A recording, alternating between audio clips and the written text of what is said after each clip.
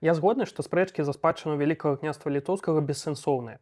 Бо вы ведаеце, мы ва ўсходняй Еўропе захраслі ў нейкім мысленні 19 стагоддзя. І мы вось глядзім на ўсе гэтыя падзеі мінулага як на такую простую лінію, якая павінная была прывесці да таго, што мы маем зараз, да гэтых народаў, якія мы маем зараз, і нібыта гэтыя народы заўжды існавалі вось у прыкладна такім жа выглядзе. І быццам людзі з 15 стагоддзя гэта такія беларусы, якім проста трэба было распавесці, што яны беларусы і ўсё. Але нацыянальнасць гэта штучная канструкцыя. Гэта менавіта логіка 19 стагоддзя, вось так браць лінію падзеяў мінулага, і вось браць, што окей, вось тут сяляне паўставалі калісьці, гэта яны бароліся за сацыяльную справядлівасць, або гэта яны бароліся за нацыянальную незалежнасць, а не тое, што ім проста не падабаліся падаткі, што пан дрэнны ім. У абсалютнай большасці людзей да 19 стагоддзя мыслення і ўспрыняццё сябе ідэнтычнасць вельмі лакальная. Я лепей знаюся на заходняй Еўропе, таму вось вам гэта лінгвістычная мапа Францыі 19 стагоддзя. І вы ведаеце, перад з'яўленнем усеагульнай адукацыі больш за 50%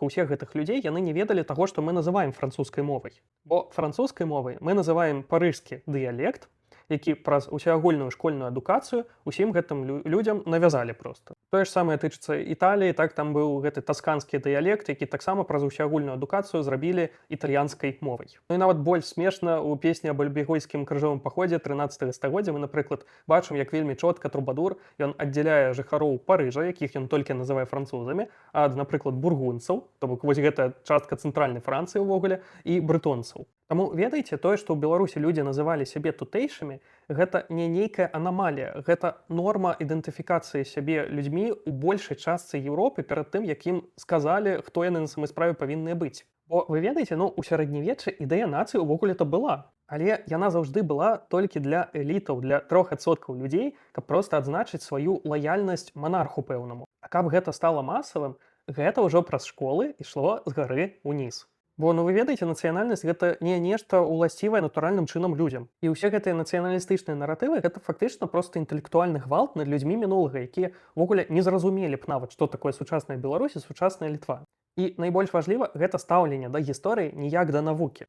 Гэта выкарыстанне фактаў з мінулага асобных як проста інструмента нейкага. Прычым я яшчэ разумею, калі вы хочаце ВКЛ, напрыклад, зрабіць нейкай агульнай спадчынай з суседзямі. Але калі вы на гэтай падставе пачынаеце даводзіць, чыя павінная быць Вільня, напрыклад, то вы ўжо не гісторыяй займаецеся, вы займаецеся ідэалогіяй, і гэта вельмі дрэнная ідэалогія.